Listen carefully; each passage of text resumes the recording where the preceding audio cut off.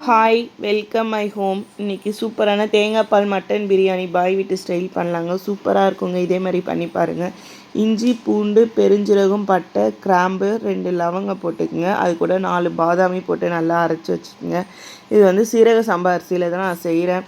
நான் வந்து 2 கிளாஸ் அரிசி எடுத்தேன். அதில் பார்த்திங்கன்னா நல்லா கழுவிட்டு அதில் 2 கிளாஸ் அளவு மட்டும் தேங்காய் பால் ஊற்றிக்கிட்டேங்க. 2 கிளாஸ் வந்து மட்டன் அவிச்ச தண்ணி ஊற்றிக்கிட்டேங்க. ஃபஸ்ட்டு பார்த்திங்கன்னா எண்ணெய் ஊற்றிக்குங்க, கொஞ்சோண்டு நெய் போட்டுக்குங்க. கிராம்பு பட்டைலாம் இருக்குது இல்லைங்க, அதெல்லாம் ஒன்று ஒன்று மட்டும் போட்டுங்க. ஏன்னா நம்ம அரைச்சதுனால கொஞ்சமாக போட்டுக்கிட்டு அதில் முந்திரி நல்லா வறுத்து எடுத்துக்கங்க. அதிலே பார்த்திங்கன்னா வெங்காயம் ஒரு 3 வெங்காயம் நல்லா நீட்டாக பண்ணி அதையும் நல்லா வறுத்துக்குங்க. அது கூட பார்த்திங்கன்னா நம்ம அரைச்சி வச்சோம் இல்லைங்க, அந்த இஞ்சி பூண்டு பேஸ்ட்டு அதை நல்லா போட்டு வதக்குங்க. அது கூடவே பச்சை மிளகா ஒரு 4, அப்புறம் கருவேப்பிலை கொத்தமல்லி புதினா போட்டுங்க. அப்புறம் பார்த்திங்கன்னா தயிர் சிம்மில் வச்சு தயிர் ஊற்றுங்க. அதுக்கப்புறம் நான் தேங்காய் பால் போட்டு வச்சுருந்தேன்ல 2 கிளாஸு, அதை ஊற்றிடுங்க. இப்போ மட்டன் வேக வச்ச தண்ணி வந்து அது ஒரு 2 கிளாஸு. நான் 2 கிளாஸ் அரிசி எடுத்தேன். அதில் 2 கிளாஸ் தேங்காய் பால் 2 கிளாஸ் மட்டன் உடைய தண்ணி ஊற்றிருக்கேங்க. அப்படின்னா சூப்பராக இருக்கும் அந்த பிரியாணி வாசனைலாம்.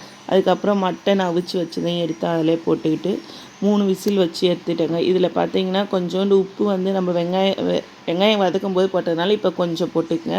அப்புறம் லெமன் போட்டுக்கிட்டேங்க. தயிர் போட்டதுனால லெமனும் போட்டுருக்கேன். கொஞ்சம் புளிப்பு பார்த்துக்குங்க உங்களுக்கு ஏற்ற அளவுக்கு. 3 விசில் வச்சு எடுத்திங்கன்னா சூப்பராக இருக்குங்க. நல்லா உபரியாக எப்படி தனித்தனியாக இருக்கும். ஒரு 10 நிமிஷம் வந்து தம் கட்டி வைங்க.